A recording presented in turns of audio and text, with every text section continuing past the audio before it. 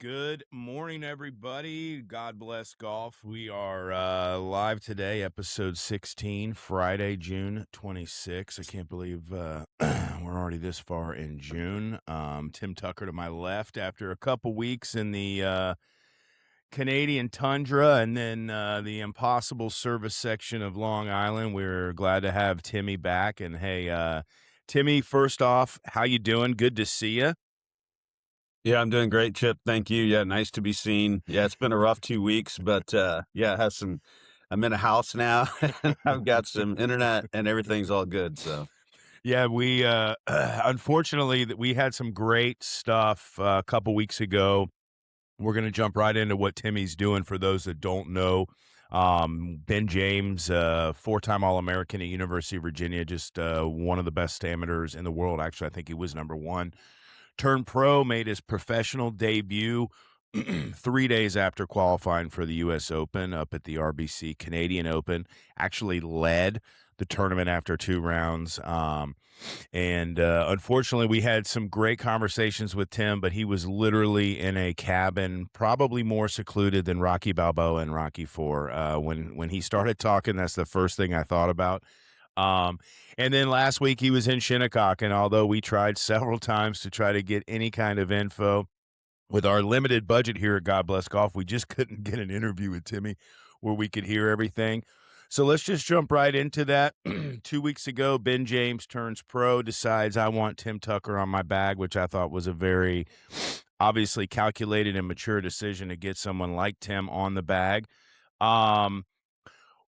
Why was this the right time for him to turn pro, or was it just he knew post U.S. Open he was going to get sponsors exemptions, and you were just kind of on the sideline waiting for him to say, "Hey, we're ready to go."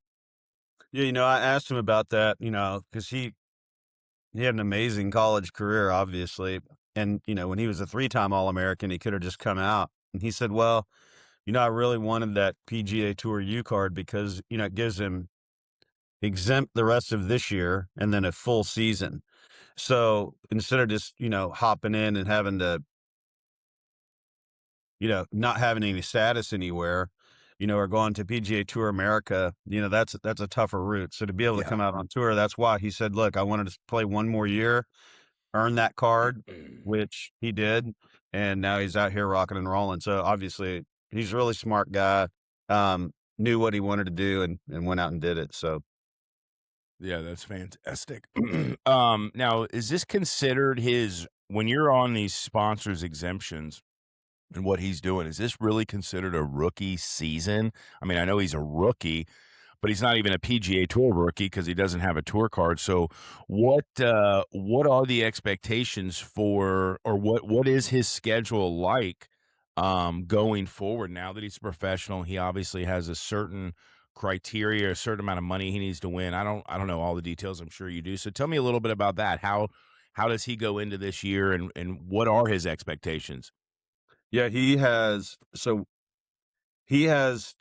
up until Wyndham. So right now, obviously, we're at Travlers. He did Mhm. get an exemption into here, which he needed. The rest of them he can play in because he actually does have a tour card Oh, now. that's right. That's right. I didn't know Okay, if it so started. I but didn't know because if it this was started when he elevated, started. Okay. right? This is elevated. He's a local. He's from Connecticut. He's from about 15 minutes south of the golf course, so he knows a lot of people here, and they wanted him in the field. So he has until the FedEx Cup starts to get into the top 70 to make the first FedEx Cup event. Okay, and if he does that, then he'll just play through normally. Um, but if he doesn't, he still has a full card for next year, non-elevated events. So Okay. he can still earn his way into them or get sponsors exemptions to them, but he does have his full card until 2028. So, well, that's well, that's fantastic. So he does have some breathing room, to say the least. From all the other young guys you've seen, and I know you've worked with a lot of guys, and I know when you're on the course caddy and you're not paying attention to the young pros, but just from what you've seen so far in the couple weeks that you've been able to be around him, is there anything that you've seen that separates him from other guys, or something that stands out that you're like, man, I really like what I'm looking at? Yeah, so I really just had two conversations with Ben. They were probably 5 minutes or less when he hired me, but he was in New York and that he played in Purchase uh, to get his his longest day of golf, 36 holes, to earn his spot into the U.S. Open. So I met him on Tuesday. We had to play 18 holes because we weren't in the Pro-Am. So he's just like, "Hey, I'm going to warm up real quick and then let's go play 18." So I he warmed up for about 15 minutes, and about 5 minutes in, I was like, he had my attention. And by the end of the 15 minutes, I was just thinking to all these things like, I was obviously comparing him to Bryson because, he's the best player that I've ever caddied for. And I remember how great his iron play was. Mhm. And Ben was, I was trying not to jump to conclusions, but, I've Sure. seen great shots and great players hit balls. And I was just like, I was really, really impressed. And then he took it out on the golf course, and I was just, man, I was so excited. So, and I was telling his agents, I'm like, listen, this kid can win this tournament. I don't know what you guys are talking about making an adjustment. He's ready to win. And sure enough, he goes out and he has a 36 hole lead, shot 7 under on Friday, 11 under for 10 under for the tournament, I believe. And, and then unfortunately, we played late on Saturday, and he kind of lost his rhythm. He got a little excited. Um, How could you not? Started swinging hard. Mhm. He never misses left, and everything was left. And I on know. that day, the way the course was playing, you know, had the conditions not been so bad, he'd have probably shot even or 1 or 2 over, right? But Mhm. as it was, he shot 8 over and blew Mhm. himself out of the tournament. Next day came back, it was pouring rain all day. I think we had the umbrella up the whole Ugh. time except for 4 holes, which was brutal. And, he shot 1 under, which was great. So he shot 3 rounds under par and then his one big round. So Yeah. we pretty much saw we joked about it after the tournament. We really saw everything that week, or so we thought, right? And then, we go to Shinnecock and play, and then, we had a few other things that we hadn't seen yet that we did see. So Sure. I think after his first 2 weeks on tour as a rookie, we've pretty much seen it all we're ever gonna see. And So and and when you say you've seen it all as far as his game, like all the stuff, good or bad, that comes out, the one thing I was thinking about is, I don't care who you are, and I don't know who all we're comparing this, but you have a guy that's basically getting ready to turn pro, goes and plays 36 holes on Monday to qualify for the U.S. Open, which means he probably played that course at least Sunday, maybe Saturday and Sunday, and I'm sure was playing golf all up to that. Gets done qualifying for the U.S. Open, so I can't even imagine the high and the emotion of that. Hops on a private jet, flies to Toronto, um, goes and plays 18 holes on a course he's never seen with a caddy that he's never been with, and then goes out and just probably on just natural ability and instincts goes and shoots 10 under and goes to sleep Friday night and probably takes a deep breath like, holy shit, what a week. And oh, by the way, I'm leading the tournament and I'm playing at what, 2:30 or 3 o'clock the next day. I don't care who you are. I'm sure even Tiger would be like, dude, I would be nervous. So I would imagine the nerves are there. In my experience, usually when your miss is left, it means you're just trying to guide it and you decel just enough at impact to have that ball go left. I'm certainly aware how that shot works. That's usually what I see when guys double cross. It's usually for not them swinging too hard. It's for them trying to guide it. So that's a lesson to all you. Swing as hard as you can if you want to hit it straight. And so for him to obviously, disappointing day, Saturday, reality hits you in the face. Welcome to the tour. Comes back on Sunday, and then boom, here we are heading to the U.S. Open. Makes a cut, has a good weekend. Tell me a little bit about the U.S. Open recap, as far as you and Ben, what you saw him, that you liked, even if it wasn't going great at a course that was insanely demanding and maybe even a little tricky. yeah, so we had a really great tournament prep. And he's like, "Hey, Tim, what do we need to work on?" And he's leaning on me to help him, do that. He works with Todd Anderson as well. He just started working with him, and so he was out walking with us. We had a really great prep.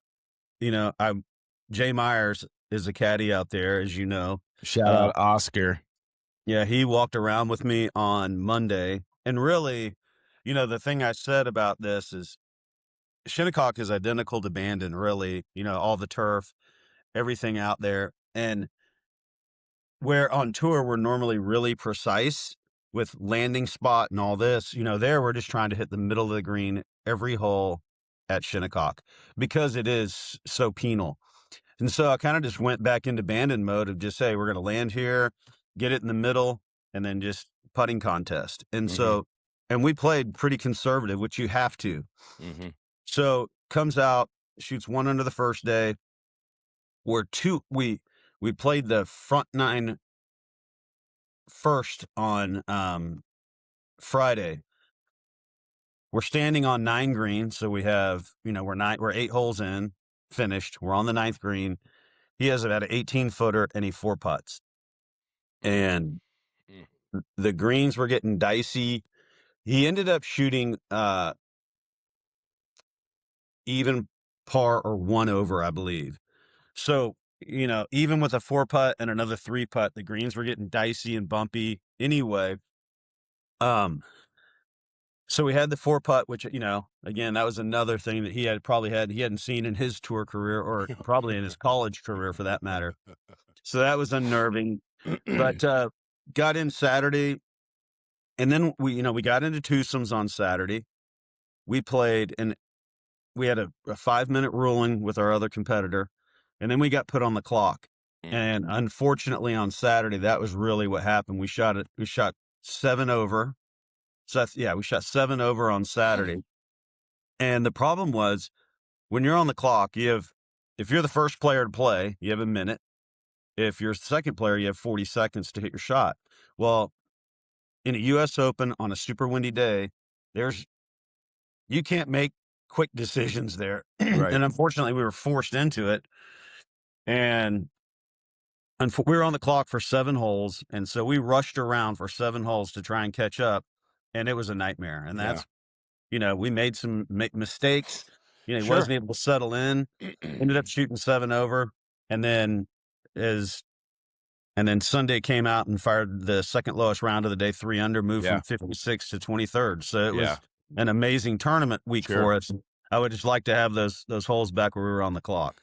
Do you find it, Timmy, um, obviously, I've never played in a tour event, but I've been fortunate to play in a lot of USGA stuff, and I always laugh now that I've done it enough, at this whole pace of play thing. Do you find the USGA compared to every other tour event you play or major name, it doesn't matter. W- Do you just find they're more about this pace of play than any other place you go? Because I'm gonna I know a lot of people bash the USGA. I love the USGA. I love every experience I've ever had has been amazing. Other than the pace of play, the pace of play rule, in my opinion, the way the USGA does it is ridiculous. Um, I've played in tournaments where they told me the pace of play was 4 hours and 40 minutes, and we're playing a 6-hour round, and they're telling me we're on the clock. And so I say, well, how do you just adjust what the pace of play is? If you tell me it's 4.5 and we're playing the 17th tee and it's been 5 hours and 40 minutes, somehow I'm on the clock. To me, it's never made any sense to me. I was actually put on the clock in a U.S. 4-ball match final where it was 4 people on the golf course. That's it. 4 of us, and he came up to me and was like, "You guys are a little slow." Um, but anyway, to answer that, do you see this everywhere, or is this just a USGA thing and it's just the way it is? Yeah, no, the PGA Tour is on, they're on it and they have time constraints. The biggest thing is TV, right? They want to make sure that the final Sure. group is done by the time the telecast is over. Right. And that's their most important thing, right? Obviously it comes down to money and, with but with the USGA, again, same thing. The first 2 rounds we play in 5 hours and 40 minutes, right? And their pace of play is unrealistic for the setup of the golf course that they set up. Right. Look, if you want us to play in 4 hours and 20 minutes, don't get the rough up to 8-10 inches. Yeah. Sorry. Yeah. Cut it all and we'll play in 420. As soon as you Right. start growing this incredibly difficult rough, you know, now one extra shot a hole per guy takes time, right? And that's just the case. But anyway, you're right. We were a little frustrated with that as well. We were just barely out of position. Um, and then they put us on the clock, and then we hit it, and each of us hit it in the fairway bunker and both fairway bunkers actually on the 5 par. So then we lost time still playing fast, Well, knowing, right? and Timmy, that's a worst part about it. And obviously anybody's listening who's played any kind of high competitive golf that's been put on the clock, which is if you have, you have. There's just no way around it, even if you're not the slow player. You're already thinking in your head, I'm on the clock, and then you hit it, like you say, in this fairway bunker, this shot that's just fucking impossible. Like, how do you rush that? How, like, you're trying to figure out, is this 7-iron going to get over the lip, or do I got to go an 8? Or, I'm out of the rough. What kind of angle? And then, oh, let me go look at this landing spot that I've never looked at in the practice round because who knew I was going to be 40 yards, in the woods. Now I'm trying to find a spot to pitch out. Well, that does take time. And if you're doing it fast because they're telling you to do it fast, then you're not able to really give your best because this isn't a reactionary sport. This isn't a ball that's coming at you and you get to react to it. You have to react to where you are and then create, whatever that action's going to be. And that is the one part about the pace of play that just does drive me crazy. And that's a perfect example of what you're talking about. Here you got this kid out there doing everything he's doing. Probably not his fault that he's on the clock, or maybe it is a little of his fault, but either way, however it works. And he's forced to really get out of his comfort zone or even how his process. Everybody talks about, the process. Well, if you can't even complete your process because we're worried about, 5.5 hours or 5 hours and 50 minutes, I don't, like you said, I don't know how you fix it without making the course easier, but that to me just strikes me. And that's something a lot of people don't really think about, when they think about the pace of play, is just how hard, like you said, how hard all these shots are. Imagine going to 17 at Sawgrass, right? A shot that anybody listening to this podcast can relate to, even if they've never been there. And imagine getting that tee and they're like, all right, you got 20 seconds to make a decision. And you haven't even checked the wind. You're looking at the lake. The trees are going here, and you're supposed to pull the trigger in 20 seconds on a really hard shot where your dispersion rate's only about 20 yards right to left. I mean, it is a little Right, or if someone ridiculous. screams in your backswing, or Right, as you're over the ball and you can't back off. right. You can't reset. You just have to go. Yeah. The kid we played with on 9 plays 13 up from the fairway, okay? Well, I guess his caddy forgot to put that in. So the guy's like, "Whoa, hang on, I gotta put this in." Puts it in, so the guy backs off, right? Hits his shot, gets a bad time. And then the bad time, this is Saturday, okay? We're on our front 9, and the guy's like, you have your first bad time, you get another, that's a 2-shot penalty, but this is with you for the remainder of the championship, not just today. Mm-hmm. So if you get another bad time, whether it be to this afternoon or on Sunday, you're getting a 2-shot. And it was just something that minor that he forgot to make an adjustment, so he had to call him off, and he got a bad time. Yeah. So, I mean, it was tough. So, and I get it. Look, everybody is Everybody has to responsible do for it. pace of Everybody play, has to do it. but had we not been on the clock, my guy doesn't shoot 77. Yeah. And just because we have more time, we got caught up. He started playing better because we could make more decisions. Anyway, it was just an unfortunate situation. So, Well, but he handled it great. Came back on Sunday, played yes. awesome golf, and Yeah. had a great tournament. Well, and kind of to put a bow on the Ben James part is we are obviously God bless golf, just big part of the Ben James fan club now. Guy makes his professional debut, so he plays in back 2 tournaments. One's a major. Played 8 rounds of tournament golf. Didn't even. I mean, he was nowhere near the cut. Started off, a good day at the Travlers, so he's 9 tournament rounds in as a professional. How do you grade it in? I mean, maybe not an A plus because he didn't win, but I mean, it's an A, right? If you're grading it, it's got to be an A, and it's probably closer Oh to an yeah, A plus than an A minus. yeah. I mean, he had 3 rounds under par at Canada, two rounds under par to the U.S. Open with Yeah, a 23rd finish. yeah, Um, and then comes out this week. He's 4 under, going into the last 2 holes, hit it in a fairway bunker. We made a terrible decision, yeah. made a bogey, made 2 bogeys coming in. But we went to the range after. He's like, "Hey, let's be efficient here. What do I need to work on?" I love it. And we worked What on did a you little what did you rough. what did you say? Just some rough action? Yeah, so, hit your driver, 3-wood, he wanted to hit a few of those, we did. Um, and again, every time we've gone to the range after, he's hit less than 40 balls. So, he's just working on what went wrong that day, not Yeah. like, "Hey, I'm gonna scrap my whole golf swing and start over," like most tour pros that I've been involved with. Yeah. So, he just hit a few drives, got loose again, hit a few drives, a few 3-woods. We went over to the rough. We worked on, hey, the rough is deep here too, so we worked on a little open face shot, Okay. playing more back in our stance to be steeper, which is kinda now it's coming out hotter instead of fluffy. Um, and we were getting some run out. So he felt really good about that adjustment, which was great. So if we do hit it in the rough today, which I'm sure we will, you know, I think he hit it in 2 or 3, he had 2 rough shots yesterday. Um, and we failed at both of them. So today I expect it if when we are in the rough to play better from that. So that was really good. He felt good about it. He putted Nice. fantastic. And he hit a few putts after, Yeah. so but we were out on the range maybe, to do all that an hour total. And, But you that's a know, nice change. yeah. And then Ben's like, hey, by the way, yesterday was my birthday. So Ben shows up and he's like, happy birthday, man. Today's your day, bro. And I'm like, what are you talking about, man? This is your day. He's like, no, man, this is your day. You're my caddy. This is your birthday. Let's have a great day. Took me to dinner at Capitol Grill last night. Nice. And, he's just a class act, man. This kid is turning out to be a cool kid, starting to become a friend of mine, you know? Obviously, I'll do anything for him as his caddy, but, Yep. it helps to respect your player, and this kid is off to a great start. Signs a lot of autographs, very pleasant. He is genuinely a nice kid, That so that's so great. Now, I'll give Bryson his flowers. I always felt Bryson was amazing with the autograph part.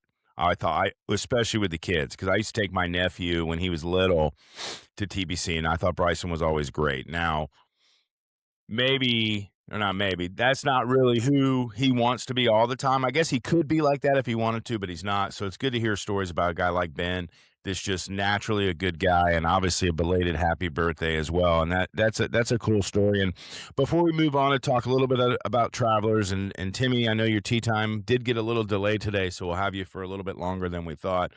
Um, but as we recap, Shinny, obviously you guys were done early when you shot 67.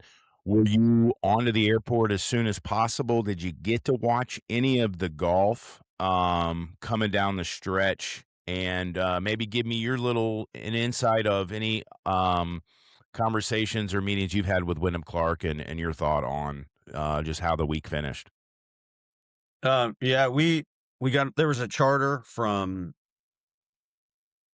Southampton to Connecticut, which was a 20-minute flight, which was great. We didn't get on that till 5, so we were able to sit back and watch some golf. Um, I did not have any interaction with Wyndham except, passing him by and just saying, "Hey, nice plan." I did talk to his caddy yesterday, gave him some congrats. Big Wave Dave is his caddy. He told me, he said it was really brutal out there. Actually, I was sitting down with Teddy Scott and Dave, and I was like, "How bad was it?" And they were like, "Man, it was tough." And so the New Yorkers were tough on Wyndham. You know, look, it's their right to cheer for, cheer for whoever they want to cheer Sure. for. But there's a line that they shouldn't have crossed. Whatever, they're going to do it. But he dealt with it beautifully. Mm-hmm. Um, righted a ship that was going bad. That putt he made on 16 was insane. So Timmy, real quick, I was telling my father-in-law because we were in Montana when he hit that layup shot. His first thought was like, "I pulled it," and then it cleared. And I said, if he gets a green, the way his brain is probably working is if he has a chance to make a putt, he's going to, because for all those that have been there, when you hit that one shot that you think, "Oh my god, I just effed myself," and then you get up there and you're like, "Oh man, this is great." It just changes your blood flows better, the Yes. tension leaves your body. So anyway, go ahead. No, You I just once he did that, and and then he three putted 17. I mean, he made it dramatic. Yeah. And I know how hard it must have been. I can't even imagine what he was feeling. But, If he could you know, even feel his arms, right? yeah. Look, someone that overcomes all that, you got to give him credit for. He played fantastic golf. Obviously, he played the best of everybody. Yeah. And, you know, Sam Burns, he helped me get into Canada. So I was rooting for Sam too. That's a different story. But Yeah. anyway, um, but kudos to both of them. They put on a show. Sam played phenomenal golf and got in there and thought he was probably going to win and or at least get in the playoff. Just didn't work out. But it was a great tournament. And I will say, and just looking at the scores from 2018, I was caddying for Bryson. We shot 14 over for the tournament and finished 25th. So Ben finished 23rd at 5 over. So I mean, basically 9, 10 shots easier. Easier. Um, the course, look, there are 4 questionable holes at Shinnecock, I thought, which are 7, 9, 11, and 18. 18. The greens are so severe. The rest of the course, though, like, I feel like they could have let the other 14 holes get out of control or what people would say out of control, but that golf course is really fair on those 14 holes. It's just those 4 I named that are they're difficult even when it's soft. So, Yeah. um, that And I was saying it last week that I think Shinnecock is easy, and the reason I say it's easy compared to some of these classic ball busting courses is because of how flat it is. Yes, the greens are crazy, but and there are a couple holes like you said where you're plus 13 on your second shot, but that's just based on where really the green is. You're not hitting in fairways that are slanted this way, slanted left to right, but it's a dog leg left. I mean, they're like a Pine Valley or Balti or some of these other holes that have some real definition to the fairway and the slope. Um, it was cool to see Shinnecock, kind of hold its own. You were saying there's obviously 4 holes out there that are going to be brutal. And as far as the fans go, I mean, I think you're right, Timmy. There's really, I mean, we talk about it. Don't be that guy all the time, like the guy out there just yelling dumb shit. Um, but I just don't think I don't think it's fair to just throw this on New York because they were doing the same thing in Florida. They do it everywhere. Maybe not at Augusta, and maybe it's a little sweet. I didn't hear much of it when I was with you at Hilton Head, although at the end it was that USA stuff. But that's as much everybody wanting Scotty Scheffler to win. And that's just as much as us Americans. If someone starts chanting USA, we're probably just going to jump in. We don't even know what we're talking about. We're just going to say USA. So that's really more of the thing. But, you know, I think fans are trying hard to become part of the broadcast. The fans yelling the dumb shit or getting heckled by Roy. It's just like the guy that runs on the field. What would be great, and I don't know if they do this or not, but I mean, in the television broadcast, if there's a 3, 4, 5 second delay, just mute it out. Just mute it to now when a heckler or not a heckler, when a streaker runs in the field in the Super Bowl, they purposely take the camera and just show someone else in the crowd while security's going to tackle that guy. I'm not sure, and I mean, it's not obviously if I'm thinking about it, someone smarter than me has thought about it, but like, let's just bleep all of it out. Let's somehow give me the sound of the ball getting hit, and then go mute for 3 or 4 seconds. So these dumbasses that are yelling stuff, unless they're yelling "God bless golf," you got to mute that because it's just, you know, it's just that you have golf fans you have sports fans that are now playing golf. Golf is really the most popular sport on earth right now for humans to play. Um, I think, COVID, I've heard a lot of conversations, did COVID open the door for golf? I think one thing COVID taught all of us, especially in Florida, is that sunshine and being outside is really good for you. And if you want to stay healthy, be outside. Yes, you need sunscreen, but being outside, playing golf, all these kids that grow up playing all these other sports, their dads put them in T-ball their whole life, and they get out of college, and they're like, this golf thing's pretty fun. And then, as you know, it just takes that one shot. You're not going to be a tour pro. And then you carry that over, you're this young buck guys, like all the guys we used to caddy with, all those young, like Labrador puppies just popping around like Richie, if he'd ever get on this show again. they get there, they want to be funny, they want to be heard. And there's just really nothing you can do about it, like you said, Tim. I mean, I know when Yeah. you're out there, you hear it, and if you wasted the energy, you or the player going after everybody that says something stupid, you wouldn't be able to focus on what you're doing. So, to a person like a guy like Ted and Big Wave, they're probably just eyeing their player, and if their player's acting unaffected, they're probably just going to move on. Are you kind of in that mode too? I mean, obviously, you still work with one of the most fragile-minded humans ever, in Bryson. So Lord knows what people were saying to him. Obviously, Ben's probably a little too new to get heckled in a bad way. And if somebody says something stupid, it's probably something that's funnier than it is angry. But are you trying to always gauge where your player's at in order to how you're going to react to some of the stuff you hear out there? Yeah, most times you don't hear it, right? But when you're in the final group and everybody's, against Yeah. one guy, he's gonna hear it and be affected by it. But, usually if someone says out of line, I usually say, "Guys, be respectful." I'll say that, Mm-hmm. and people will, Sure. usually stop, which is Sure. great. But, just the biggest thing for Bryson was, when everybody was calling him Brooksy, and it drove him nuts. We were at Memorial, and I mean, they were just chanting that Brooksy every single hole. It drove him crazy, and he wanted to kick out fans, and it was just like, "Bro, what guy do you want me to kick out? There's 2,000 people right here. Which one?" But, he couldn't handle it. That was it. That was his nightmare, Brooksy. God, that was a Oh, terrible stretch for him. But, no, yeah, I mean, look, I'm an underdogger all the time, right. so it's like, I'm sure obviously I wasn't the only one that wanted to see a battle down to the end, and that's what we saw. So it worked Yeah, out great. And Wyndham won. So good for him because he did play the best all week. he did. So good for him. His second US Open, kid for throw it Oregon out. Man, the kid went to Oregon, which is Ducks. great. Good for Oregon. But man, he and look, Emerald Valley, shout out. the difference between him and Bryson, look, Bryson acts out all the time, never gets mental help, you know?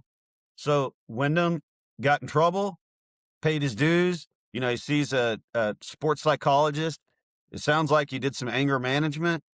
And, look, I don't care if you do something stupid. If you take responsibility for it like he did Yeah, and goes out and fixes his, because none of us are perfect, man. Trust me. No one yeah. wants to see my daily life, but especially me.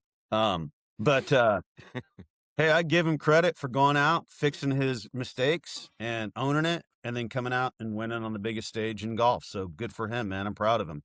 And Yeah, he's a great guy. He's a right. great kid, dude. He Yeah, is. he I is. got to quit calling these guys kids. They're Well, they're that grown men. But but to your point, man, I mean, when he was at Oregon, which I mean, that wasn't that long ago if you think about it. Yeah, he was a kid. Um, Speaking of kids, look who we have joining in. Welcome to the show. Oh, there he is. Welcome to the Good show, morning, boys. Richie. Um, so we're just talking about Wyndham and his energy and all the things he has done to make those changes. I was unaware of the story with his mother passing away. Um, you know,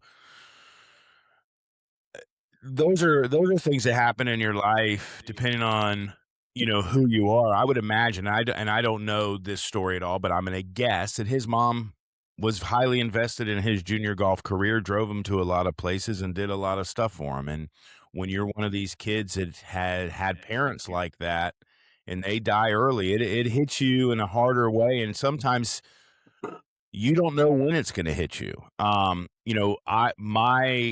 of my parents are still with us, but I have, I've had to deal with some unfortunate deaths throughout my life, and it's weird when those things come about. And for a kid like Wyndham Clark out here playing his ass off, trying to win from college days, obviously went to Oklahoma State, then transferred to Oregon, so he's been elite pretty much as long as he can remember. And you lose somebody like that, and sometimes things hit when you least expect it. So as you said, Timmy, for him to own up to it and then show up and show out, and without a doubt pretty much blister the field and decided on Sunday, let's make some good TV. Um, you can't help but tip your hat to him. I've always liked him. I know he likes to be a little cranky and certainly will qualify for Toddler Zone nominees from time to time. But I kind of like that. The Both same months. reason. Look, we're gonna bust JT all the time because he's the chairman of our Toddler Zone board.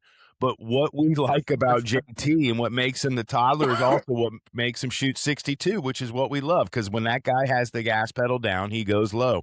And I think you have to Yeah. have a little bit of that to be both. So we were happy to see Wyndham win and obviously a great experience for Ben being out there. Kind of to put a bow on the whole thing with the U.S. Open, I know we're 4 days after. There's been a lot of banter about the crowds, about the course, about the winners, about the broadcast. I saw yesterday that Kevin Kisner was on another podcast talking to somebody else from another podcast about him criticizing, um, you know, the broadcast, which I find it funny. The guy that sits on a microphone for a living criticizing somebody else. Like, I mean, dude, the guy's on Well, TV. at least he You're on a keeps it interesting too, though. I I can't stand just sitting there watching the 71 shots of Rory at the Masters, and he's sitting there walking up the fairway when there's 40 other guys on the golf course playing. I mean, it still baffles me how little golf we see. Like, I really have this concept, and tell me if I'm wrong here. And I know it's all about media money, and that's what I'm sure we're going to get into that with the new restructuring and everything. But like, dude, what if we were like hole 7? Tim Tucker, bam, shot gone. Hole 3, Richard Stapleton. Hole 4, Chip Brook. Like, why are you even talking at this point? We don't care, right? There's a golf tour that does that. Nobody watches it, but there is a golf tour that does that. But hey, Timmy, and that's a great point, Richie. And I know Timmy's a little bit on the clock, so I want to get to a couple things and get your opinion so we don't miss any of the stuff that we wanted to talk about with you. Obviously, there's been a ton of talk about the future of the PGA Tour. You were with a guy whose future just started on the PGA Tour. So for those that have been listening to us in this podcast back since episode 2, 3, or 4, we started talking about all of these things that we had heard inklings that were going to happen, a 2-tiered system, what the PGA Tour is really trying to do, how are they trying to make this, great TV, also add some drama to it and accommodate.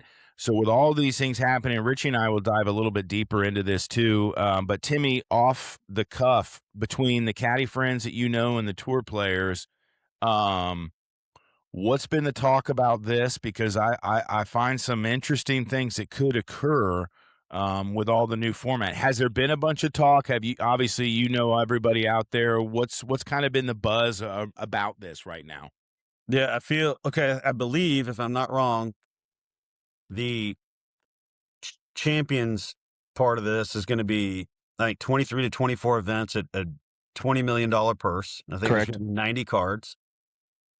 And then the next group up to, I think, 200 will play for $4 million. So basically, it seems to me they've cut the cards on tour down to 90. And then the other tour, the Challenge Tour, is just basically like the Corn Ferry, but they're playing now for $4 million instead of $1 million. So the guys that don't make the top 90 are going to be disappointed. They're having to step back because they're right now a normal tour event purse is 10 million. Mm-hmm. So it's cutting over in half. So if you're not in the top 90, they're still going to make good money. Yeah. They're still, but the Corn Ferry guys, they're really excited about this. The guys that are, the fringe guys always around 75 to, 125, they're like, if I don't make this 90, I'm taking a step backward. So Big time. And I'm it's losing going to my be caddy. really interesting. I do Yeah. think 90, Yeah. I would love to see 100, 100 guys that are playing. Mhm. But I do like that everybody's playing for the same purse in the same division, right? Yeah. For the elevated guys that play 8 events at $20 million, it's hard to catch them because the FedEx Cup points are more. It's limited. There's no Right. cuts. Right. So I think it's an improvement on what we have now Yeah. Yeah. because everybody's going to be equal playing for this in the same, divisions. But I think it's better for golf and the lower end guys that are going to be playing for more money and can make an actual living. You can't make a living on the Corn Ferry Tour. Well, You that's what can't. I was gonna say is, it's really my first takeaway from all of it when I saw the $4 million price adjustments. Number one, it was well needed. But number two, it kinda and I'm a little too young for this, so I'm gonna defer to you two guys, in my golf knowledge, but it kinda brings us back to, like, from what I've read, it's like the Nike Tour days where you can make a living on the secondary tour, and yeah, it may not be you may not make 5 million, but you can make $500,000 in profit now at $4 million a purse. So we can't have the top 400 golfers in the world without some place to play. That's entertainment. Well, Yeah, and and that's where the talent comes from, man. The Yeah. talent pool's deep right now. deep. I'm looking at Ben and going, he's 23 years old and he's tour ready. Yeah. He's tour ready. And like he said, I mean, it's just not there's so much talent in college too. It's like that's a whole nother tour. Right. Mhm. It's not that like he knows everybody on the Corn Ferry. Was there a He PGA just Tour adjustment or no? Was PGA Tour you adjusted or no? it's just based on senior year play. Yeah. No, I'm just saying, do we make any adjustments with the changes on that? Or is Oh, that's I'm not, I don't don't I know. don't think so, right? Because I like that program. I think that's a great program. Yeah, some of It's the current tour players don't like it. They're like, man, that's awfully nice to be able to get a year and a half exemption. But, he is the best player in college. So why not? Why not showcase his talents for a year and a half? And, Ben's going to earn his way out there. No question. yeah, it's like a draft almost. Yeah, I mean, that's the one thing about, and this is for all you college kids, or high school kids out there listening. The idea is for you to play as much golf as possible. And with this generation of transferring in the portal, go somewhere where you can play. If you're good enough to end up at one of these schools where you're going to be in the PGA Tour you'll be Yeah. good enough. You can start at a Division III college, and by your senior year, you could be playing for Florida State or Auburn or Oklahoma State and it takes one good year because obviously it doesn't matter what your tape looks like. There's no draft, or at least not right now. Maybe that's coming one day too. But for now, there's no draft. And it doesn't matter how good you were, but if you can figure out a way to process, to keep enhancing your skills. I heard this great take the other day, listening to these guys talking about little league sports and youth sports around America. And it says, if I'm trying to get my son to peak at 12, then what's going to be required when he's 13 and then 14 and then 15 and then Yeah. 16? And you see all these parents out here, and look, everybody wants their kids to be great, right? I coached my daughter's softball team for a while, and thank God she chose volleyball so I could move on because I don't know anything about volleyball and just be a dad and watch. But it makes you think as I get older, you see these kids and their parents, they want them to be hit every fairway and do all this when they're 13. Well, then the same thing is going to be required when 14. So let's try to get these kids to peak around 20, 21 when they're really going to have to go get a job. Because Timmy, this, Richie, and all these other sports. Being elite at 16 can be good and bad because let me look at Cole Hammer. I mean, Cole Hammer was so good when he was 17 and, shout out, he made the U.S. Open and he's out there still playing for a living. But it's hard to match those expectations. Look at Jordan Spieth's career. Jordan Spieth won 3 majors by the time he was 21. He probably thought, oh, man, I'm going to win. Here comes 10. I'm going to win 15 majors. This is my new expectation. And I mean, I hate to say it like this: Jordan Spieth's never going to win another major. I just the odds are insanely low that he will, and I hope he does. It'd be cool if he does, but he probably will not. And When's the last time you had a top 10? Well, I'm just saying his expectations change, and so when you see all these guys and how young and what they're trying to accomplish, the guys that have better heads on their shoulders that can look long term, especially in a sport like golf, it will benefit. You think, sorry. real quick, let me ask you a follow-up on that, because that's an interesting question with the state of today's athlete and the way that golf is looked at. Do you think guys are, and Rory was the first one to allude this, yet he has not done it, but do you think guys are coming out, and Timmy, feel free to throw some knowledge in here too. Are guys starting to chart their careers and say, I'm going to play my ass off till I'm 35? And then I'm going to, if I'm successful, then I'm going to take that chunk of my life and I'm going to move. Like, I have a feeling we're going to lose Scotty Scheffler in another 5 or 6 years. I just don't think I he's don't going to know, play man. golf for life. I What I'll mean, tell you with guys like Justin Rose and Gary Woodland playing great golf in their 40s, Yeah. I think these guys are like, no, I'm 23. I'm going to 20. play competitive all the way till I'm at Champions Tour, and then I'm going to go dominate out there. I don't think they ever think about not dominating anymore. Yeah, I had an interesting when I was at the Regions Tradition for the Pro-Am, had an interesting conversation with a couple of the senior tour guys who are lifers, and, names will remain nameless, but we talked about the long journey that is 35, 40 years as a golfer, right? You know, some of these guys have been on tour for 35, 40 years, like, so it costs you a lot personally, right? And so the more ready you are, you know, as a person to have a job and handle that kind of stress, you know, the better you're going to handle those life decisions. I mean, I know I'm playing my best golf at 40. So, Yeah, they I mean, I could see a guy like, with this new tiered system, you know, it's gonna be interesting a few years from now when you have guys like Spieth or, Ricky and all these guys that everybody wants to see at every tournament are falling back. Are they Mhm. gonna wanna go play that tier? If, there's a tournament in Dallas that Scotty wants to play, is he allowed to go play a lowered event because it's in his hometown? And, Corey Connors, yeah, is he schedule will be allowed is interesting. he allowed to play the Canadian Open?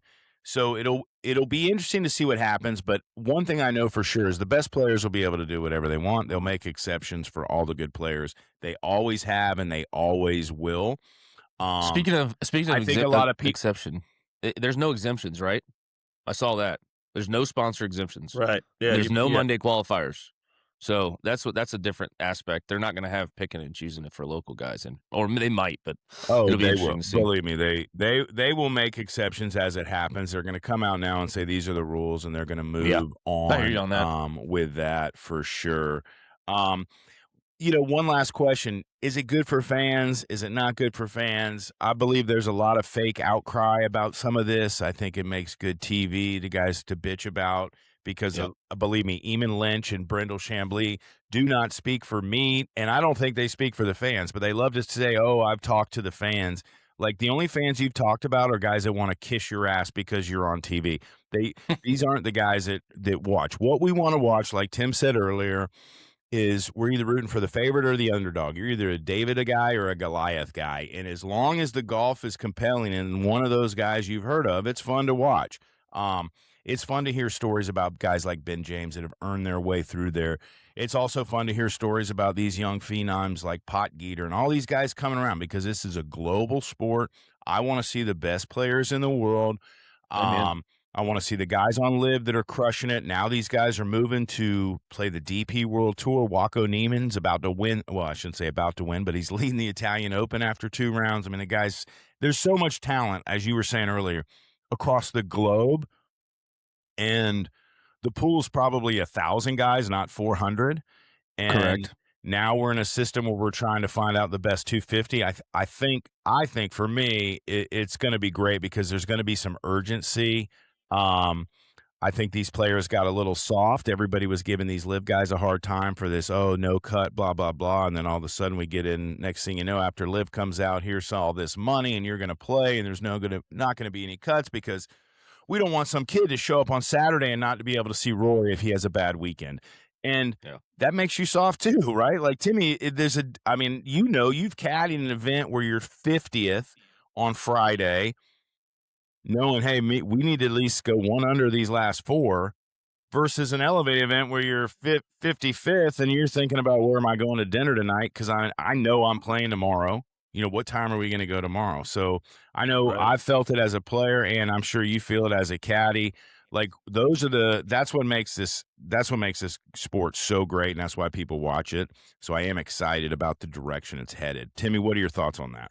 Yeah. I mean, I look, this event is lower scoring than I thought it was going to be already. Um, but you're right. I mean, and part of that reason, when you have 144 golfers playing, you have 144 chances for someone to shoot 8 or 9 under, right? Mhm. And it happens every week. When you're down to 80, your odds of having these real low rounds are less. It doesn't even matter the caliber of player. You just have, Yeah, the less people to get perception's way hot. different. So I always like a cut, but because If we're playing bad and don't deserve to be there, let's go and work on Let's our go work game on and it, go to yeah. the next place. But I like that competitive angle right there that you just said because yeah, it's true. I mean, Justin Thomas actually made a comment about that a couple months ago. He was at Bay Hill. He missed the cut. He's like, no point in staying here and practicing. But at least it's still a thought that you stay at the event and practice. yeah. I mean, I just think that I like 100-person field. 80 seems a little light, but it is what it is. Glad we're in it. There's a lot of money at stake. We just need one good round today to be in the mix, and I expect Ben to rise to the occasion and get it done. So I'm really excited about today. We play at 12:50.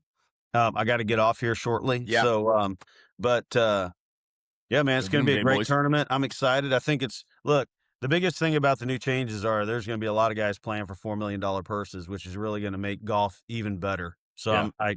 I'm giving credit for that. Well, cool. Amen. Well, Timmy, as we send you off, a couple questions. Temperature today and where, what's air density like up in Connecticut today? It's going to be close to air density is going to be, or density altitude is going to be around 2,000 feet. Okay. We got our numbers at 1,572. It's going to be 81 today, so it'll probably be like 2,200 density altitude, and Okay. like 82 is the high. So, So we're going to that's be hitting it about we're going to be hitting it about 5 yards further than our base numbers. And for those of you who are listening in Florida, on a day when it's about 87 degrees or hotter, that's roughly what the air density is. Even though you're at sea level, you're playing as if you're 2,000 feet above. So that's a pretty standard number for a nice warm day here in Florida. So it's good to hear that's up in Connecticut. Before I let you go, have you had a lobster roll yet? And why is Connecticut style better than New England style? I don't eat seafood, bro. So sorry. Look, the only lobster roll I've ever had was at Bandon at the Tony's Crab Shack. Tony's. yes. God, I That's all love I that got. The place. crab and shrimp sandwich is Oh, unbelievable. all right. Well, hey, for all those out there, follow Ben James today. If anybody's out of the tournament, go say hey to Timmy. Say God bless golf. Timmy, have a great day today. Good luck, brother. And we'll talk post round and maybe do a recap on Sunday. And God bless golf. Great to see you and see you next week. Thanks, boys. God bless golf. Appreciate you. All right, Bubba. See you, Timmy. So, Spice, as we go into the next segment, luckily with the delayed tee times, we got a little bit more time with Tim this morning. Yep. As you were apparently I had a delayed tee time hostage myself somewhere. Benadryl. So so I'll talk a little bit about what we've covered, but we're going to jump right into what's going on in the rest of the sports world. Obviously, with golf futures in mind, we got to jump around the rest of the sports world. First off, we're going to go straight into the World Cup. USA lost last night. I actually did watch that game. It was I guess a meaningless game. I don't know how you justify that when you already know where you're going to play again.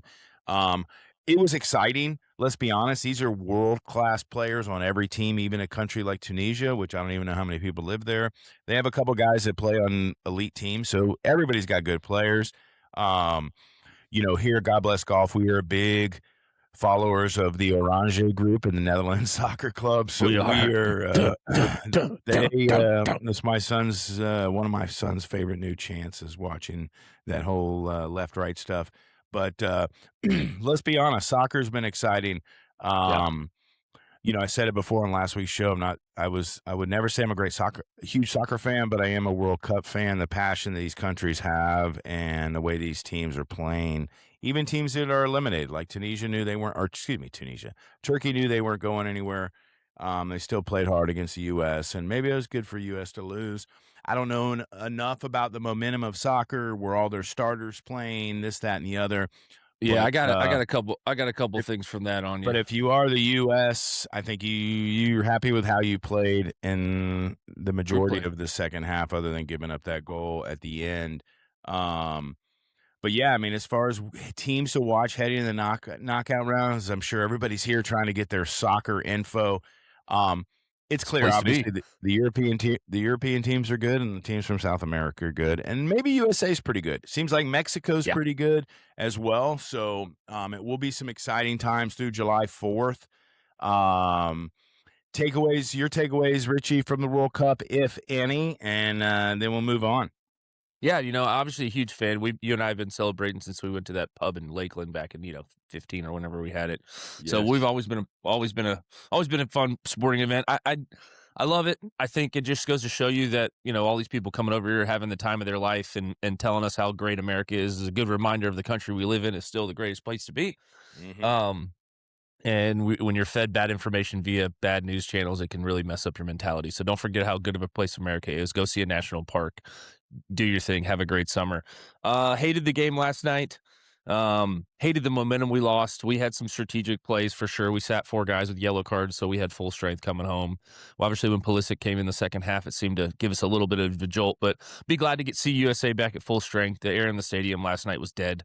You could tell watching. I had a few folks over. We were watching it on the projector here late, and it was and then to have the goal at the end was kind of deflating. So we'll see how that works in their favor. We had to, we had, I mean, we're Kind of it was exciting for the other it was team. I mean, exactly. I mean, that's it's meaningless for Turkey, but and it was meaningless for the United States. correct. Yeah, there was Um, nothing to improve on. There was my buddy said there was a one out of 335 chance that we did not play Bosnia Herzegovina. So hopefully next Wednesday, boys will be healed up. Boys will be, we got clean cards now going in the knockout round. Certainly excited. We'll see how far we go. I think this is the best U.S. team we've had in a long time. But again, Europeans do this since they're like 2. So Yeah, what I are you mean, gonna do? again, the one thing about the World Cup, which is funny, especially when the United States are winning, is everybody all of a sudden knows everything about soccer. I don't know anything about what I'm watching. I know everybody's out there is really good, and Yes. you get some weird bounces sometimes, and sometimes the goalies make the saves, and sometimes you kick it where the goalie is. But it's fun to But yeah, watch. I'm looking forward to games that really matter where you lose and you're done, and that's where the drama comes, and that's where you find out what kind of team you have, what kind of leadership you have, all of the things. But even though I don't know anything about soccer, when I listen to people that do on television, because thank God the World Cup actually has real, like, people that great players. have done it, Yeah. Like, it's like watching, like the NBA when you got Charles, Kenny, and Shaq. Those are Shaq. 3 guys that know what they're talking about. So it's good to see guys like Zlatan has always been one of my favorite dudes ever. I love his confidence or his arrogance. Yes. He calls it, some people call it arrogance. I call it confidence.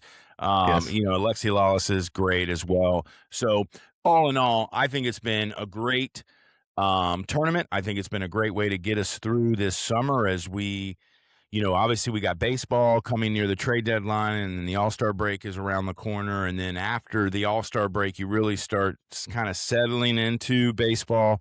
I think it goes without saying Dodgers are the best team probably ever. So, I mean, I all those hate it. other teams that are in second place or whatever, maybe we'll save another week to talk about them. One team we'll never talk about is the Padres. And you get through this. The NBA draft was a couple nights ago. You got the World Cup that's going to go. Gosh, how long does the World Cup go? Well into July.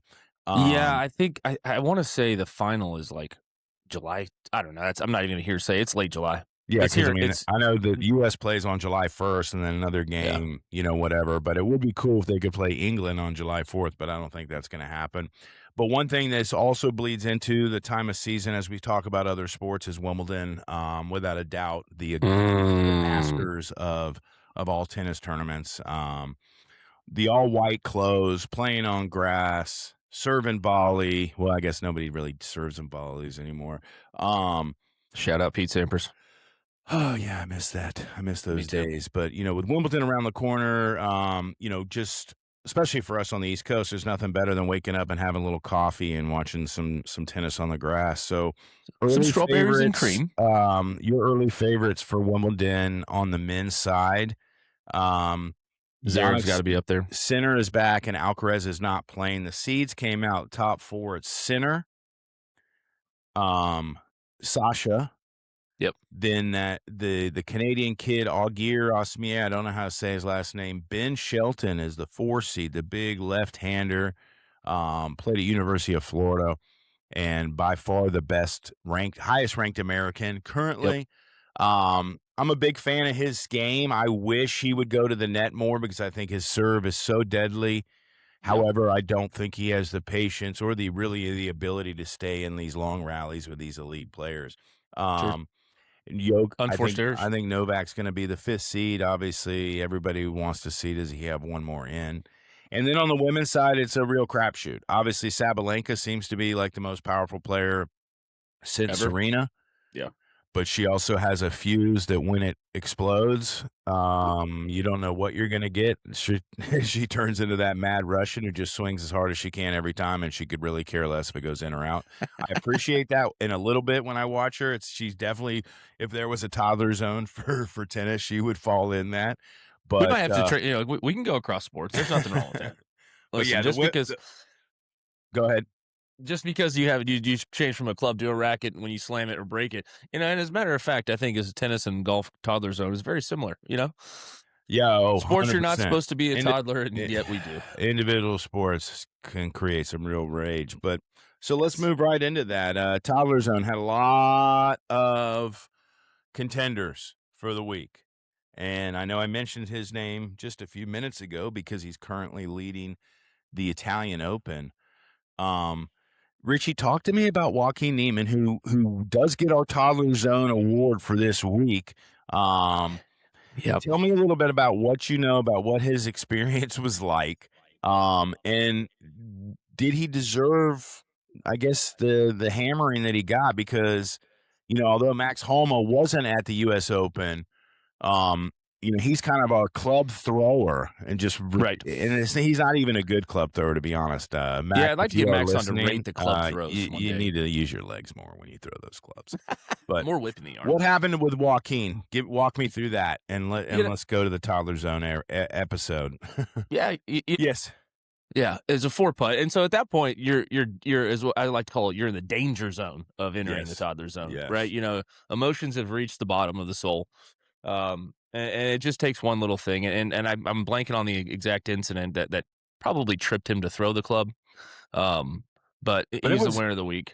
it was early on in the week when Yeah, he threw the club. first round, right? Yeah, I mean that's Yeah, so you got to I, wonder I, what he was going through early, and I think the to 4-putt got to him. and to his credit, played his ass off after that first day. I think finished 11th, or 7th. Right.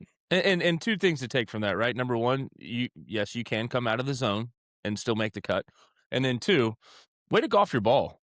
I mean, that's a nice mental shift. And maybe the attention he got after round one was like, hey, you look like an asshole. Excuse my French. And you need to not do that because you're a world-class player. And I think he is a world-class player. We know that. He is. That's I think he's one of the best in the world right now. Like, I mean, he's in a group of 10 trending. to 15 guys that's I would consider world class. Yes. Anybody tells me otherwise, I'm sorry, I'm just not going to listen to you. Yeah. And the guy gets on a plane after finished 7th at the U.S. Open. Now he's leading the Italian Open after shooting 63 this morning. Yeah, what are his last 5 rounds? Jeez, he's the lowest in the world probably. So shout out Joaquin. I've always been a Joaquin Neiman fan. Is that our first live toddler sticker? Excuse me. Yeah. Is it? Well, all right. We're in. I mean, I guess we haven't given one to Bryson because he hasn't been around long enough to do anything toddler-ish. But moving from that, obviously Tim and I covered, we were in that don't be that guy section. We were talking about the hecklers. We were talking about all this new momentum to golf and, all my ideas for things they can do to eliminate that, which is basically it's all these guys want to be is heard on television. So you just do a 5-second delay and just mute everything but the sound of the ball. That would be one way to get that. I don't know if we'll do it. And look, this show is called God Bless Golf. We embrace the new golf fan. We're glad the game is growing. New fans make the game stronger. Flat out, amateur golf is the lifeblood of this sport. It is not the pros. The pros 100%. make all the money, but the amateurs is the lifeline of this game. So I don't want to expose anybody away from the game. I'm not a big fan of the guy that doesn't play golf at all, that just shows up to, like you said, to be loud. But etiquette, the jeans and t-shirt guy. Etiquette and respect is what makes this game unique. If you want to be a jerk and scream and do all that, go shoot pool or go bowl or go to a basketball court and talk shit and do all that, because that's the idea. Go to a sporting event where you're allowed to yell at these football players. But one of the first things I've learned in this game, and one of the things I teach my son is, etiquette and respect, I don't know why that is frowned upon. Yes, you're at an event where everybody's drinking and having a good time, and you can have fun, and it's okay to be funny. And look, these players are ultra sensitive, so it is kind of funny to see them kind of get pushed off their little high Yeah, their horse because pedestals. they Yeah. are they're these country club guys that have never been in a fight in their life, and everything's kind of gone their way. So I don't mind that. There's a fine line, but is this just the evolution of the sports fandom? Is this, or can golf keep its identity while welcoming a new generation of fans? And believe me, I'm not going to a tour event to be, the guy from the be like your dad guy at the Progressive commercial that's just telling everybody, "Hey, sit down, dude." I'm not that guy. I'm not the guy that shows Should up we at a make a golf list event. before we go in the store? Do we have our list? Exactly. Well, that guy exists at a golf tournament because he's the one looking down at everybody for doing Oh, anything unethical. And it's like, look, we gotta figure out a way to welcome all these new guys, but also let them know that, like, hey, what makes this sport different is how you act. And I think because golfers, like, I can have some guy that's a clown and think he's hilarious, and we go play golf together, and I hit 170 yards past him in the air, and he's like, and the next thing you know, his whole attitude changes, right? yeah. We've all been Oh, there, yeah. whether you, and all I ever wanted to do as a kid was be good enough to play with my dad and his group because he was a bunch of scratch golfers. And you learn all the things. And when I first would go play, I was maybe 12, 13, and I was shooting in the mid 80s, and it would drive me crazy, and I would act like an absolute toddler, be this little 13-year-old jerk. Pop says you're not ready. So back to the white tees, carrying my bags with my Yeah. friends until you figured The out lonely how loop. to do it the right way.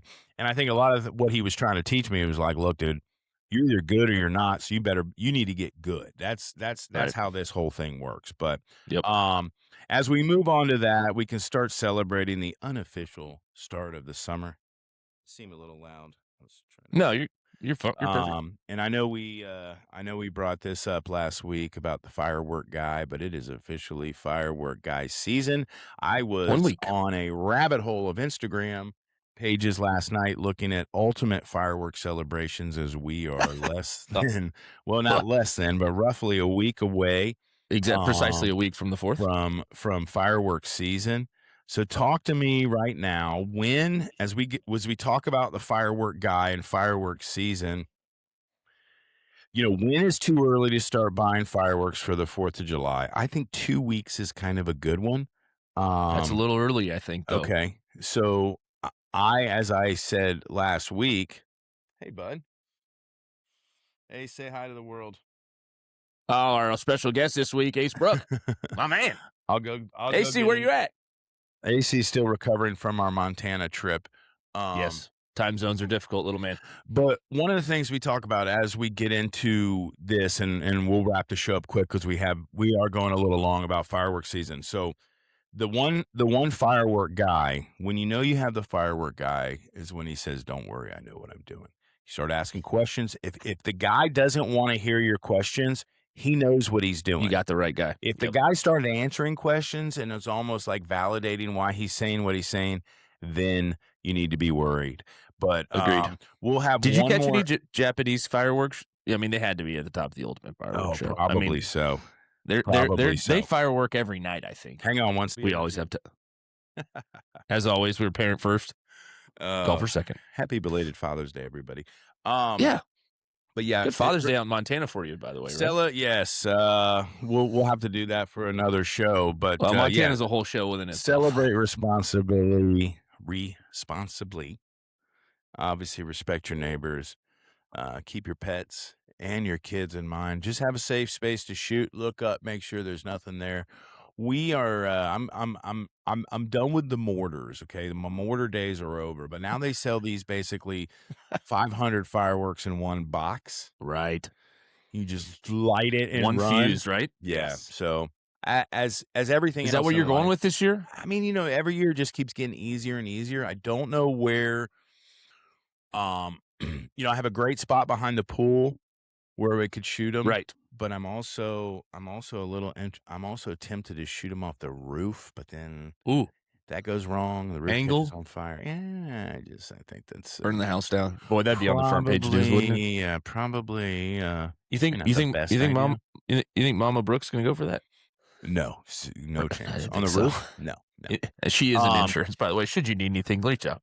Yeah, I mean, she knows my love for fire and fireworks, but I don't think we're going to do the roof. But Speaking of that, if thank you to everyone, as we always do during this once or twice a show, for listening. Do all the things you're supposed to do with the podcast, like, subscribe. We've got some cool things happening. We've got tons of content Chipper and I are working on coming your way. Some more funny stuff, some good stuff, some interactive stuff. So thank you for listening. Thanks for tuning in. As always, we love you. Keep coming back. yeah, flat out, we're loving the responses. I love when random guys say, "Hey, I saw these clips." So we're going to be doing more clips. Obviously, we're going to have somebody that knows a little bit more about technology than me. That's correct. Start moving this. As we move on to rapid fire, we're going to go first. Richie, which tour player would you trust the most with your fireworks? Oh, easily. Siwoo Kim. Easily. Good with a fire in his hand. The guy has a lighter in his pocket, guarantee. All right, which tour player would you trust the least with your fireworks? Oh, man. Jordan Spieth. Okay. Too much fidgeting. Just, how many times are you going to re-grip it? You Oh, know my what God. I mean? Jordan Spieth with a fireworks store would be like an episode of MacGruber. MacGruber! You're at a country club, whether it's Okay. your home club or a new club, and you sit down for lunch. Is there if there's no menu, but you had to guess what's on there, what are you getting in the clubhouse for lunch? I mean, it's got I have to go stock standard fried chicken sandwich. Okay, fried chicken sandwich. Okay. Deluxe, by the way, bacon, tomato. Fair enough. I mean, Fair enough. maybe we'll call it a chicken club. Of all the tour stops there are, what tour stop would you say is the most underrated? You know what's funny, and I swear to goodness, it's because and we were here this week, but Travelers has to be underrated. I mean, Connecticut is so beautiful in the summer, right? Yes, it is. You got food everywhere. Mm-hmm. The golf course is beautiful. I'm like, I want to play on that thing every day, right? Looks pure. It looks pure. It's a fun course. You got drivable par 4, all that kind of stuff coming down the stretch. I've always loved watching Travelers. It's an event that I think is completely underrated and should be higher level. Next question. Of all the chicken tenders you've had in your life from all the different places, which chicken tender holds up the best as a leftover? Oh, gosh.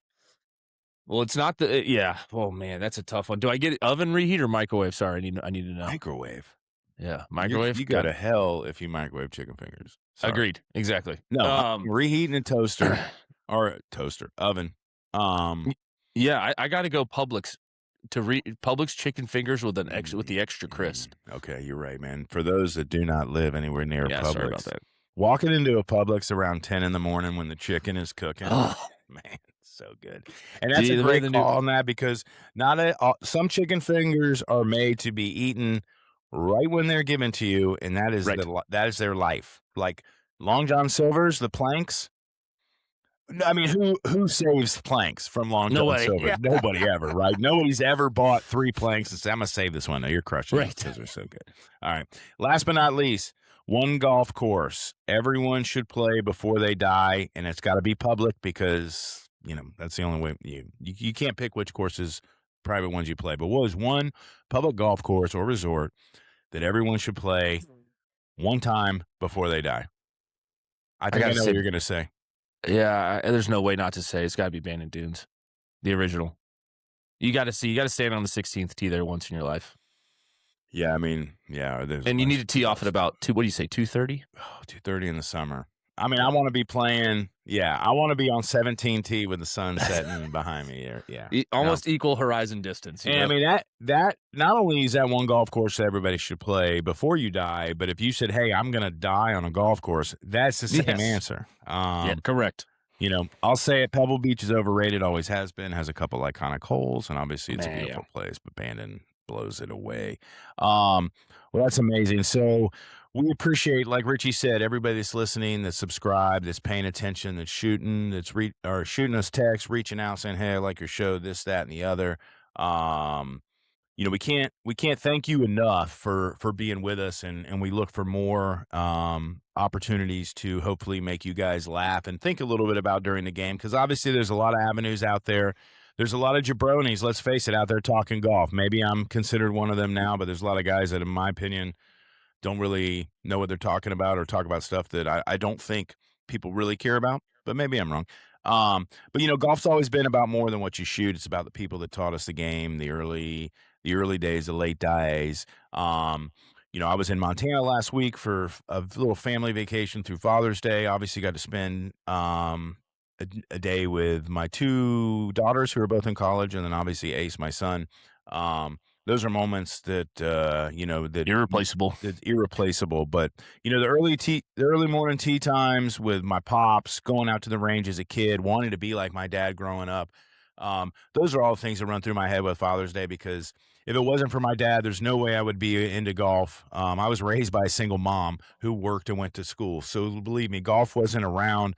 When I did go to see my dad and hang out with him, that's when my love for this game came about. And you can't have a Father's Day, at least in my book, without thinking about my dad. For all those out there, whether it was your dad, your grandfather, or maybe someone was your mom, and that's, you celebrate that on Mother's Day. But there's something about the U.S. Open on a Sunday and Father's Day. So happy belated Father's Day to everybody out there raising the next generation of golfers. Yep. And and remembering the guys that put the club in your hand for the first time. I'm blessed that my dad loved lob wedges, because I have a good short game. That's all I did as a kid, it seemed like, was chip. So I wish he'd have been better putter. Yeah, you couldn't put the answer in your hand first. But yeah, too? right. It went straight to But the yeah, 60. we appreciate everybody, and we reflect on that. And so just a happy belated Father's Day. And as we go into this weekend, Richie, you have any final thoughts before we exit stage left? Yeah, obviously going to be a great weekend in Connecticut. We've got a ton of sports going on, ton of baseball, ton of soccer. So be glued to the TV. It's hot. We'll be at the pool. Hope everybody has a great weekend, as always, and God bless golf, Chipper. That's right, boys and girls. Play fast, have fun, respect the game, and as always, God bless golf. We will see you next time.